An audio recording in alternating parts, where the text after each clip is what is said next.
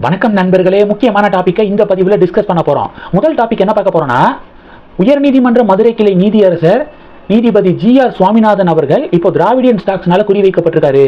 Social மீடியாவில் அவருக்கு எதிராக மீம்ஸு, வீடியோவில் அவருக்கு எதிராக விமர்சனம், இது மாதிரி ஒரு சில திராவிடியன் ஸ்டாக்ஸ் பண்ணிக்கிட்டு இருக்காங்க. உதாரணத்துக்கு பியூஸ் மானுஸு ஜி.ஆர். சுவாமிநாதன் அவர்களை ஒருமையில் பேசியிருக்காரு. ஒரு நீதியரசரை ஒருமையில் பேசுகிறாரு.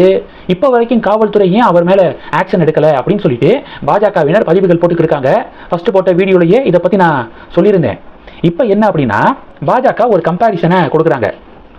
இந்த கரூர் கூட்ட நெரிசல் கேஸில் அந்த கேஸ் தொடர்பாக விசாரித்த நீதிபதி குறித்து விமர்சனம் செய்ததாக ஓய்வு பெற்ற காவல் அதிகாரி நேதாஜி மக்கள் கட்சியுடைய தலைவர் வரதராஜன் கைது செய்யப்பட்டார். எதுக்காக? நீதிபதி குறித்து விமர்சனம் செய்ததாக கைது செய்யப்பட்டார். இப்போ என்ன நடக்குது? இப்பயும் நீதியரசரை தானே விமர்சனம் பண்ணுறாங்க திமுகவினர். அப்போது அவங்கள ஏன் அரெஸ்ட் பண்ணலை அப்படின்னு சொல்லிட்டு இதை கம்பேர் பண்ணி பாஜகவினர் கொஸ்டின் கேட்குறாங்க. அப்போது திமுகவுக்கு ஃபேவராக ஒரு நீதியரசர் தீர்ப்பு கொடுத்துருக்காரு.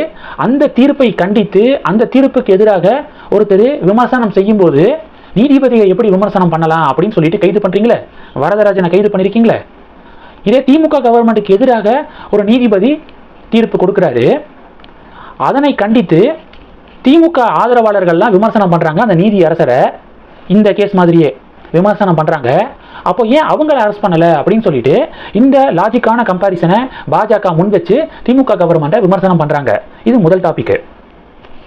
சண்முகம் அவர்கள், சிபிஎம் உடைய மாநில தலைவர் சண்முகம் இருக்கார், கம்யூனிஸ்ட் பார்ட்டி, அவர் நீதிபதியாக தொடருவதற்கே தகுதியற்றவர் ஜிஆர்எஸ் அப்படின்னு வார்த்தையெல்லாம் பயன்படுத்தியிருக்காரு.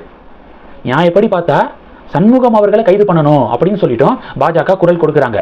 இது ஃபர்ஸ்ட். ரெண்டாவது டாபிக் என்ன பார்க்க போகிறோம்? இண்டிகோ ஃப்ளைட்ஸ் தொடர்பாக என்னென்ன பஞ்சாயத்து, என்ன பிரச்சனை அப்படிங்கிறத நேற்று போட்ட வீடியோவில் டீட்டெயிலாக நான் சொல்லியிருந்தேன்ல. இப்போது சென்ட்ரல் கவர்மெண்ட்டு இண்டிகோ நிர்வாகத்துக்கு 2 நாட்கள் டைம் கொடுத்துருக்காங்க. இண்டிகோ நிர்வாகம் 21 டேஸ் டைம் கேட்டிருந்தாங்க.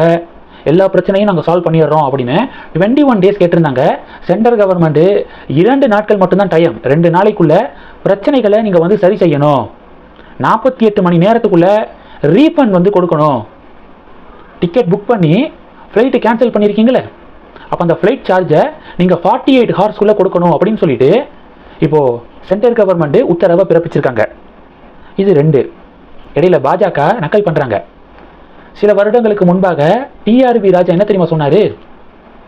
இந்த ஏர் இந்தியா ஃப்ளைட் தொடர்பாக ஒரு இஷ்யூ வந்தப்போ டிஆர்பி ராஜா சொன்னார், தமிழக அரசாங்கம் பெரி ஏர் அப்படிங்கிற பேரில் விமான சேவையை தொடங்கணும் அப்படின்னு சொல்லிட்டு டிஆர்பி ராஜா பதிவு போட்டார். அதை இப்போ பாஜகவினர் நக்கல் பண்ணுறாங்க. இண்டிகோ ஃப்ளைட்டு இப்போ இப்படி பிரச்சனை பண்ணுது, பெரி ஏரை தொடங்குவதற்கான நேரம் இதுதான், கமான் அப்படின்னு சொல்லிட்டு பாஜகவினர் கிண்டல் பண்ணுறதை பார்க்குறோம். இது 2. மூணாவது டாபிக் என்ன பார்க்க போகிறோம்? அண்ணாமலை அவ்வளவுதான். அண்ணாமலை மேலே மோடி, அமித்ஷாலாம் பயங்கர கோபத்தில் இருக்காங்க. அண்ணாமலை ஒதுக்கப்பட்டுட்டார் பாஜகலேருந்து அப்படின்னு சொல்லிட்டு என்னென்னமோ கதையை கட்டிக்கிருந்தாங்க. கல்யாணராமன், கிஷோர் கேசாமி, இது மாதிரியான நபர்கள். அண்ணாமலை அமித்ஷாவை போய் டெல்லியில் சந்திச்சாரா? சந்திச்ச அடுத்த நாள் பார்த்தீங்கன்னா இந்த திருப்பரங்குன்றம் விவகாரம் தொடர்பாக ப்ரெஸ் மீட்டு கொடுக்குறாரு. ஒருவேளை டெல்லி மேலிடம் சொல்லியிருப்பாங்க, நிலைமை கைமீறி போய்க்கிருக்கு, திமுக ஆதரவு மீடியாக்கள் பாஜக ஹிந்து முன்னணி மேலே தான் தப்பு, கலவரத்தை தூண்ட பார்க்குறாங்க அப்படிங்கிற மாதிரி ஃப்ரேம் பண்ண துடிச்சுட்டு இருக்காங்க. நீங்கள் தான் இப்போ களமிறங்கணும், நீங்கள் செய்தியாளர் சந்திப்பு கொடுத்தாதான் இதை தலைகீழ திருப்ப முடியும், அப்படியே மாற்ற முடியும், உங்களுடைய ஒற்றை ப்ரெஸ் மீட்டு போதுமானது அப்படின்னு டெல்லி பாஜக, டெல்லி மேலிடம் சொல்லியிருப்பாங்க போல. அதனை ஏற்று அண்ணாமலை செய்தியாளர் சந்திப்பு கொடுக்குறாரு திருப்பரங்குன்றம் விவகாரம் தொடர்பாக. பாஜக மேலிடம் நினைச்ச மாதிரியே ஒற்றை பிரஸ் மீட்டில் அப்படியே நிலவரம் தலைகீழாக மாறிடுச்சு. இது 3.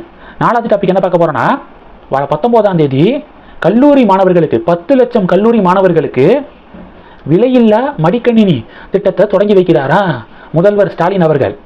இப்போ பாஜக, அதிமுகலாம் என்ன கொஸ்டின் கேட்குறாங்கன்னா, கடந்த 4.5 வருடங்களாக இதை பண்ணவே இல்லை, தேர்தல் வரப்போதில் கரெக்டாக தேர்தல் வரக்கூடிய சமயத்தில் இப்போ இந்த திட்டத்தை மறுபடியும் தொடங்குறாரு முதல்வர், எல்லாம் தேர்தல் அரசியலுக்காக தானா அப்படின்னு சொல்லிட்டு பாஜக, அதிமுக போன்ற எதிர்க்கட்சிகள் திமுகவை கேள்வி எழுப்புறாங்க.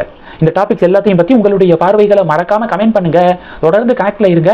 அடுத்தடுத்து நிறைய பதிவுகளை பார்க்க போறோம். நன்றி. ஜெய் ஹிந்த்.